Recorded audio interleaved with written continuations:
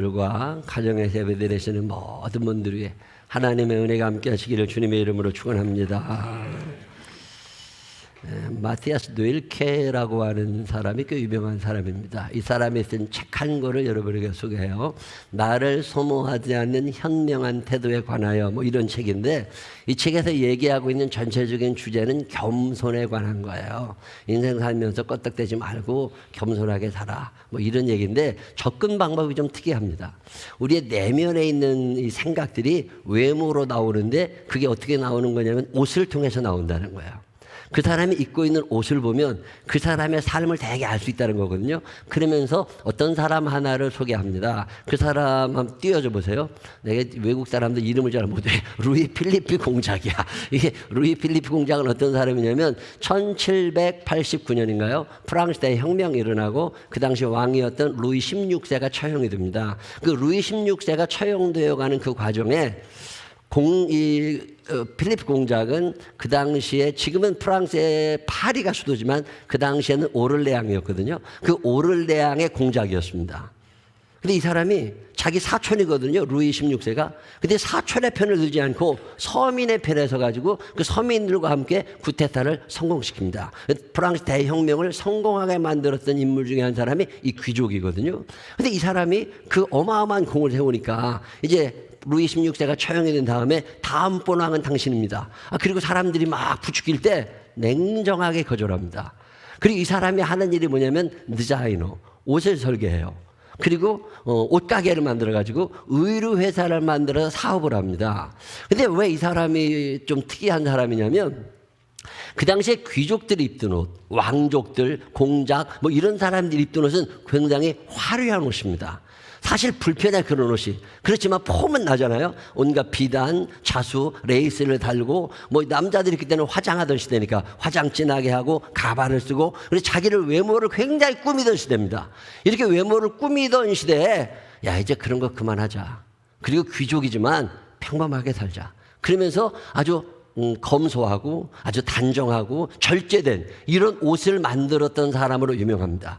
당시의 귀족의 문화를 완전히 바꾸어 놓죠. 그래가지고 이 옷을 통해서 드러나는 나 자신의 겸손한 삶, 귀족들의 절제된 삶, 귀족들의 이 검소한 삶, 이런 것들을 얘기하던 사람이 이 사람이에요. 이런 사람들의 이야기를 읽을 때마다 한 번쯤 나 자신을 돌아보게 될 때가 있습니다. 유한계급론이라고 하는 책이 있습니다. 이 유한계급론이라고 하는 책을 쓰는 사람은 소스타인 베를론이라고 하는 사람인데, 아주 오래된 사람이죠. 이 책은 계속해서 개정중보판이 나오는 책인데, 이 책에서 이 사람이 얘기하는 게 뭐냐면, 부자들이 좋은 옷을 입고 싶어하는 이유가 있다는 거예요. 아주 다른 사람들이 사지도보다 비싼 옷을 입고 싶어하는 이유가 뭐냐? 이 옷을 입으면서 너네 이런 거 못 사잖아, 나는 이런 거 입어. 자기를 과시하고 싶은 욕구가 이 비싼 옷을 통해서 나타나는 거예요. 이게 명품이라고 하는 게 있잖아요. 이 명품이라고 하는 게 사실은 특별히 다른 건 없습니다. 근데 이런 걸 왜 자꾸 하려고 그러느냐? 너 이런 거 못 하잖아, 나는 이 정도는 돼. 이 자기 과시 속에서 이게 나온다는 거예요. 그러면서 그런 걸 쭉 분석해내면서 이 겸손한 인간의 삶을, 사실 명품 별거 아니거든요. 근데 남자들의 그 액세서리 중에는 시계가 아주 많이 있습니다. 저는 걸쭉거리는 게 싫으니까 시계도 반지도 전혀 안 하고 사는데, 시계 중에 아주 유명한 시계들의 특징은 뭐냐면 두꺼워요. 이게 굉장히 두껍습니다. 이게 얇으면 남이 안 보이잖아요. 이게 두꺼워가지고 좀 이러고 시계를 차고 다니는 거거든요. 근데 이게 두꺼운 시계, 큰 시계, 금시계 뻐쩍뻐쩍 되는 거 있잖아요. 야, 이거 폼은 납니다. 폼은 나는데, 나 같은 사람이 볼 때는 불편하지 않을까? 이런 생각이 들어. 근데 그게 가격이 보통 비싼 게 아닙니다. 제가 옛날에 말레이시아에 목사님 몇 분하고 같이 갔었는데, 그때 말레이시아 꽤 오래전이죠. 거기를 갔는데, 이게 어떤 목사님이요, 시계를 롤렉스 그 진짜 정품을 차고 있어. 이게 그 당시 돈으로 800만 원짜리라는 거야. 시계 하나가. 지금은 1000만 원이 훨씬 넘는 시계죠. 이거 1000만 원이라고 생각을 하면 이 시계를 차고 다니는데 사람들이 다 그것만 봐. 그 시계가 원체 뿌직뿌직 거리니까. 근데 그 짝퉁 시장에 갔더니 똑같은 게 있어. 똑같은 게 있는데, 야, 내가 들어봤는데요, 무게도 똑같아. 생긴 것도 똑같고. 얼마냐고 물어봤더니 10만 원 된대. 그 1000만 원짜리가 10만 원이 된 거잖아. 근데 그것도 나는 비싸게 느껴져가지고, 이거 얼마까지 깎아줄 수 있냐 계속 흥정을 했는데, 안 되는 영어 가지고 계속 흥정을 했는데 10,000원까지 깎았어. 그래가지고 이제 10,000원에 이거를 하나 사게 된 거야, 내가. 그러고 났는데 그 내가 10,000원에 사니까 다른 목사님 두 분이 자기들도 사달래. 그래서 똑같은 거 3개를 샀어. 이제 그러고 났는데 이 정품 차신 분이 부담스러워지기 시작한 거야. 왜? 밤에 잘 때 바꾸면 아무도 몰라. 그러니까 이게 누가 진품인지 아무도 몰라. 이게 정품 하나, 짝퉁 3개. 근데 3일이 지났는데요. 짝퉁 2개가 죽었어. 시계가 안 가. 그래서 안 가. 이게 흔들으면 가야 되는데 안 가. 근데 내 거는 계속 가는 거야, 이게. 그래서 이제 계속 가는 걸 가고 한국에 왔어요. 그리고 이제 집에다 놔두고 제가 잘 안 차니까. 근데 어느 날 이 시계가 안 가, 갑자기. 그래가지고 이 시계를 가지고 시계방에를 갔어요. 시계방에 가가지고 요거가 안 간다. 내가 여기 열어봤는데 이게 옛날에 배터리 들어있던 것 같은데 요거 배터리를 좀 빼게 이거 좀 뜯어달라고 그랬더니 시계방 주인이 안 해줘요. 그게 왜 그러냐니까 자기가 이거 잘못 만져도 부러뜨리면 1,000,000원 물어줘야 되는 시계래요. 시계방 주인이 이게 내가 가짜라고 그렇게 얘기를 하는데 안 믿어. 왜냐면 이거 너무 똑같이 생겼거든. 그래가지고 결국 배터리 못 갈았어요. 그래가지고 그 시계를 받아갖고 와가지고 내가 아는 장로님이 계시거든요. 시계방 하셔. 근데 그분을 찾아가가지고 이거 내가 말레이시아 가서 짝퉁으로 샀는데 이거 설명을 한참 했더니 진짜냐고 묻더라고. 그래서 진짜 짝퉁이다 이거. 그랬더니 그러면 자기가 한번 뜯어보겠다고 그러더니 진짜 뜯어보니까 거기에 배터리가 들어가잖아요. 원래 정품은 톱니바퀴로 돼 있거든요. 근데 어쩌면 그렇게 무게도 똑같이 만들었는지 그래서 배터리 갈아가지고 이제 놓고 아직도 이제 차고 있지는 않은데 그 정품을 차고 이게 명품을 차는 사람들의 그 의식 구조 가운데 하나가 뭐냐면 나 이거 찰 줄 알아? 이거라는 거예요. 유한계급론이라는 책에서 얘기하는 게 비싼 옷. 자, 제가 옛날에 어디를 갔더니요. 제가 저 얘기는 무슨 얘기냐면 이 시계가 하도 두꺼워지니까 요즘의 대세는 독일 잡지입니다. 한번 틀어줘. 방금 전화하면 독일 잡지 프랑크푸르트 알게마인의 짜이뚱이라는 잡지가 있는데 거기에서 이제는 그렇게 두꺼운 시계보다는 이 시계 트렌드가 남자들도 납작하게 바뀌고 있대요. 그래서 납작하고 비싼 시계 뭐 이런 거 얘기하는데 이제는 우리가 이제 외모라고 하는 게 중요는 합니다. 근데 이게 너무 꾸며지다 보니까 내부가 안 꾸며질 때가 너무 많다는 거예요. 제가 옛날에 양복을 한번 누가 해주신다고 그래가지고 양복을 얻어 입으러 갔어요. 근데 양복이 그 당시 꽤 오래전입니다. 그 당시에 그 양복점에서 맞추는 양복의 가격이 한 20만 원쯤 됐어요. 20만 원이면 뭐 얻어 입을 만한 옷입니다. 그렇게 막 비싼 거 아니야. 그래도 꽤 얻어 입는 입장에서 굉장히 고맙죠. 사주시는 입장에서는 부담스럽지만 턱없이 비싼 가격은 아니라고 생각이 돼가지고 20만 원이면 괜찮겠다. 그렇게 생각을 하다가 내가 물어봤어요. 그 사장님한테 그동안 양복점 하시면서 제일 비싼 옷은 얼마까지 맞춰봤냐? 그랬더니 2,000만 원의 옷 양복 마시네. 2,000만 원이면요 20만 원짜리 양복 100벌이야. 우리 같은 사람은 살을 찌면 안 됩니다. 왜? 옷값 들어가잖아. 그러니까 체중 관리를 잘해야 되는 단 하나의 이유는 옷값이 안 들어가야 되기 때문에 그러는 거야. 뭐 유행은 관계없어. 그냥 이게 배가 너무 많이 나면 또 늘려야 되고 줄여야 되고 이러니까 귀찮아지니까 체중을 유지하는 이유는 자, 20만 원짜리 옷 한 벌 가지면 적어도 10년 이상 입을 수 있다고. 10년, 20년 입을 수 있다고. 그러면 2,000만 원이 되려고 그러면 내가 매년마다 옷 한 벌씩을 100년을 입어야 돼.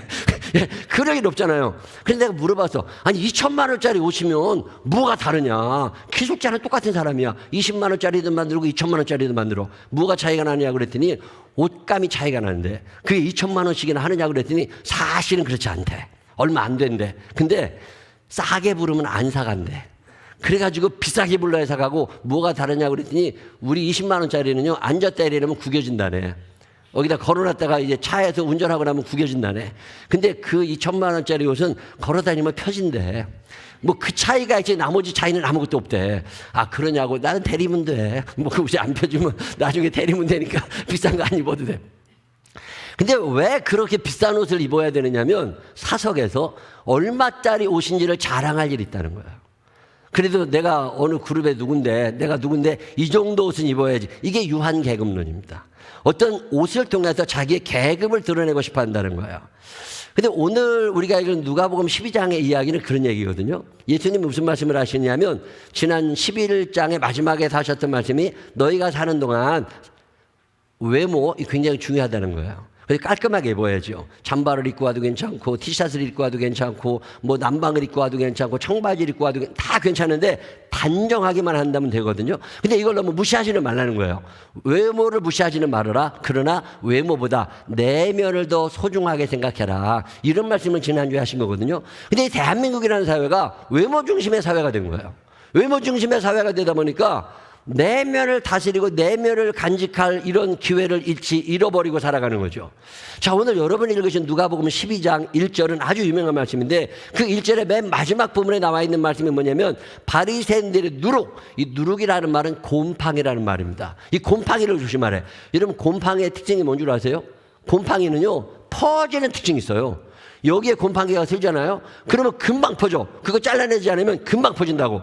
자, 내게 어떤 곰팡이가 계속 커지고 있다는 거예요. 내 내면에 누룩, 외식 이거를 주의하라고 그러는데 이 주의하라고 하는 히라보 원어의 뜻은 붙잡아 놓는다는 거예요. 딱 붙잡아 놔야 되는데 제가 장지천에 한번 나갔습니다. 비가 굉장히 많이 온 날 궁금했어요. 이게 얼마나 많이 잼기나. 이게 비가 왔을 때는 통제를 하니까 비가 안 오고 멈춘 다음에 이게 오픈이 돼가지고 장지천 탄천을 한번 걸어봤거든요. 와, 대단하더만요. 온갖 쓰레기가요 다 거기 널려 있고요. 이게 막 쫙 빨려 내려간 거야. 탄천으로 한강으로. 그게 잎사귀들이 다 기울어져 있는. 이 빨려 들어가는 거. 이걸 주의하라고 그러는 거거든요. 주의하라고 하는 말씀은 무슨 얘기냐면 빨려 들어가지 말라는 말이에요. 우리나라 말로 제가 성경을 번역한다면 너 그 세상의 문화에 빨려 들어가지 말라는 거예요. 요즘에 세상 문화가 얼마나 복잡해요. 노출되는 노출 문화, 게임 문화, 공격 문화, 성적인 문화들, 비난하는 문화, 음주와 흡연, 마약, 돈, 외모, 여행. 누가 어디 여행 갔다 왔다. 그럼 나도 가야 돼. 그런데 빨려들지 말라는 거예요. 누가 어디 가서 뭐 먹었다. 그럼 나도 먹어야 돼. 그런 거에 빨려 들어가지 말라는 거예요. 너의 마음을 좀 지키고 이게 과연 하나님이 원하시는 일일까? 이게 내 형편에 맞는 일일까? 이런 저런 걸 생각을 좀 해보라는 거예요. 이런 생각 전혀 없어. 그냥 누가 뭐 했대 쫙 빨려 들어가는 거죠. 이게 지금 우리의 신앙생활에 어떤 걸림이 되고 있다는 거예요. 자, 그런 일을 자꾸 빨려 나가다 보니까 내 내면이 엉망이 되어가기 시작한다는 거예요. 하나님 앞에서 나를 만들어 가야 되는데 하나님 앞에서 내가 점점 없어져 가지고 사람 앞에서의 나의 외모만. 이 대한민국처럼 외모 지상주의가 없습니다. 이게 외모가 얼마나 중요해졌는지 꾸며야 되고 또 만져야 되고 또 이렇게 화장도 뭐 화장이 지나치면 변장이 된다고 그러더만 이게 화장이 변장이 된 사람들이 얼굴을 못 알아봐. 자기는 알아보는지 모르겠지만 근데 화장이 잘못된, 내가 볼 때는 잘못된 화장인데 자기는 열심히 꾸민 거지. 그게 화장이 아니라 변장이 된 거지. 어떤 목사님은 화장이 변장이 되면 변장이 환장이 된다고 그러더만. 나는 아니 이게 화장은 그냥 순수하게 그냥 자기 얼굴의 틀을 바꾸지 말아야 되는데 이게 외모 중심의 시대가 돼버리니까 이게 너무 달라져 버린 거야. 여기에 어마어마한 시간과 물질을 투자하지 말고 너의 내면을 좀 생각해 보라고 말씀하시는 게 오늘 본문의 말씀이에요. 세상 문화에 쫙 빨려 들어가지 마라. 누가 이거 했대 와 하고 누가 이거 했대 와 하고 그러다가 망하는 거잖아요. 얼마나 공허하고 이 시기심이 늘어나고요. 열등감이 늘어나고 이거 그리스도인의 삶에 온전치 않은 거거든요. 그 예수님께서 여러 가지 말씀을 하세요. 저는 옛날에 동화책을 하나 읽었는데 그게 아주 기억이 납니다. 어떤 사람이 잔치에 초대를 받아가지고 초대장을 가지고 이제 평범하게 옷을 입고 갔어요. 딱 가가지고서 잔치집에 딱 들어가려고 그러는데 그 어마어마하게 큰 집이니까 문지기가 거기 있다가 문지기가 나가라고. 나 초대장을 갖고 와서 나가라고. 그래서 쫓겨났어요. 그 집에 가가지고서 이제 예복으로 다 갈아입고서 그 집에를 갔더니 양복 폼나게 입고 갔더니 들어오시라고 자리를 안내줘서요. 자리에 앉은 다음에 보니까 음식이 얼마나 많아. 그 음식을 다 먹어야 되는데 그 바나나를 집어다가 옷에다가 문지르고 딸기를 집어다가 옷에다가 문지르고 고기를 갖다가 옷에다 문지르고 자꾸 옷에다가 문지르니까 사람들이 와가지고 그거 왜 그런 짓을 하느냐고 그랬더니 이 사람이 뭐라고 그래요. 내가 아까 왔을 때 현찮은 옷을 입고 오니까 당신들 쫓아내고 내가 이렇게 좋은 옷을 입고 오니까 당신들이 맞아들이는 걸 보면 당신들이 옷이라고 한 사람은 내가 아니라 옷이다. 이 사람은 똑같은데 옷이 달라진 건데 사람을 쫓아내고 옷을 그럼 초대한 게 아니냐. 그럼 밥을 누가 먹어야 되냐. 옷이 먹어야지. 그래가지고 옷에다가 자꾸 밥을 먹이더라는 거예요. 난 그 얘기가 참 안 잊어버려져. 아니 본질의 사람, 이 내면을 다스리지 아니하고 외모만 자꾸 꾸며대고 있는 이런 세상을 살아가면서 내 내면이 너무 공허해지는 거 아니냐, 내 내면이 너무 힘들어지는 거 아니냐, 이런 생각을 저절로 할 때가 너무나 많아요. 이 외모 중심의 사회를 틀어막을 수 있는, 이 외모 중심의 사회에 내가 빨려 들어가지 아니하고 나를 지킬 수 있는 방법이 있습니다. 오늘 성경 본문에 두 가지 얘기를 예수님이 하시는 거거든요. 그 중에 첫째가 뭐냐면 진실하냐는 거예요. 진실하냐. 위선의 반대말이 진실이라는 거거든요. 너 진실할 수 있어? 제가 대학원 다니는 시절입니다. 20대 후반, 그때 20대 중반, 그때 제가 열왕기하 10장을 읽다가 너무 큰 은혜를 받았어요. 내 평생 이렇게 살아야 되겠다 결심했던 구절이 하나 있습니다. 그게 뭐냐면 열왕기하 10장 15절에 이외에 나와 있는 말씀이거든요. 이 얘기가 어떤 얘기냐면 두 사람이 등장해요. 첫 사람의 이름은 예후라는 장군입니다. 또 한 사람은 여호나답이라고 하는 사람이에요. 예후가 거기서 떠나가다가 자기를 맞이하러 오는 레갑의 아들 여호나답을 만난지라. 자, 이거 꺼버리시고, 제가 이 얘기를 은혜를 왜 받았느냐면 기원전 9세기는요 혼란의 시대입니다. 아합이라는 왕이 있었어요. 이 왕에게 이세벨이라는 부인이 있었습니다. 두 사람이 합작을 해가지고 온 나라를 우상숭배 나라로 만든 거예요. 하나님이 너무 싫어하셨습니다. 그래서 하나님께서 저 아합이라는 놈과 그 가문을 제거하시기 위해서 누군가 한 사람을 세웁니다. 이때 하나님께서 사용한 사람이 예후라고 하는 장군이에요. 이 예후라는 장군을 통해서 구테타를 일으키게 하는데, 예후라는 장군도 조금 위험이 좀 있습니다. 이 사람은 장군이었고 힘은 있지만 덕이 없어요. 나의 구테타가 성공하려면 나를 지지하는 사람들 중에 존경받는 사람, 믿음이 좋은 사람, 어떻게 그런 훌륭한 사람이 있어야 되지 않을까? 그때 물망에 떠오른 사람이 여호나답이에요. 여호나답은 돈이 있었던 사람 아닙니다. 여호나답은 군사력을 가지고 있지 않아요. 여호나답은 강력한 힘 있는 사람 아닙니다. 그냥 평범하게 진실하게 다니는 사람이에요. 그래서 박수를 많이 받고 존경받던 명예가 있는 사람입니다. 이 여호나답을 예후가 발견해냅니다. 그리고 여호나답과 함께 무슨 일을 하려고 그래요? 자, 그때 이들이 첫 만남을 가집니다. 예후와 여호나답이 첫 만남을 가질 때 예후가 여호나답에게 하는 말이 이런 거예요. 내 마음이 내 마음을 향하여 진실함같이 내 마음도 진실하냐. 그러면 나와 손을 잡자. 야, 이 말씀이 읽는데요 온몸에 전율이 느껴지는 거야. 하나님의 사랑하시는 사람, 하나님이 사용하시는 사람, 하나님이 손잡아 주시는 사람들의 특징이 있습니다. 그 사람들이 어떤 사람이에요? 여호와의 마음이 나의 마음을 향하여 진실함같이 내 마음도 진실하냐. 그러면 나와 손을 잡자. 저는 이 말씀이 잊혀지질 않아요. 결국 여호나답과 예후가 손을 잡고 구테타를 성공시킵니다. 그 다음에 여호나답의 이름이 성경에서 사라집니다. 왜 그런 줄 아세요? 정계에 진출하지 않아요. 그는 자기의 자리로 다시 돌아갑니다. 그리고 거기서 하나님 앞에 진실하게 살아가다가 그렇게 하나님 나라로 돌아가는 사람이 여호나답이에요. 저는 이 말씀을 읽으면서 참 마음에 감동이 됐어요. 내 평생 어떤 사람이 될 거냐? 진실해야 된다. 하나님이 나를 향하여 내 마음이 내 마음을 향하여 진실함같이 내 마음도 진실하냐. 그러면 나와 손을 잡자 말씀하실 때 손을 내밀 수 있는 사람. 자, 배우자가 남편이 아내에 대하여, 아내가 남편에 대하여 진실함을 잃어가는 시대. 자식과 부모 사이에 진실함이 사라져가요. 동료들 간에 진실함이 사라져가요. 그러면 문제가 있는 거지. 보안이 왜 그렇게 많아진 거예요? 비밀이 왜 그렇게 많아진 거예요? CCTV가 왜 이렇게 많아진 거예요? 진실함이 사라진 시대, 위선의 시대가 돼버린 거죠. 우리 생명나무 교회 진실한 사람들이 많아지게 되시기를 주의 이름으로 축원합니다. 어떤 목사님이 교회에 갑자기 사임을 하셨더라고요. 그래서 왜 그런가 하고 궁금해졌어요. 꽤 큰 교회인데. 그래서 물어봤더니 횡령교회가, 아니 목사님이 뭘 횡령할 게 있어서. 그랬더니 교인분들이 워낙 큰 교회니까 목사님 좋은 데 써주세요. 그러면서 이렇게 돈을 갖다 주시는 게 있대요. 나도 우리 교인들도 좀 그런 게 좀 있었으면 좋겠어. 근데 우리 교인들은 그런 일이 거의 없어. 근데 큰 교회다 보니까 이게 돈 갖다 주시는 게 10만 원, 20만 원이 아니라 500만 원, 1000만 원, 5천만 원인 거야.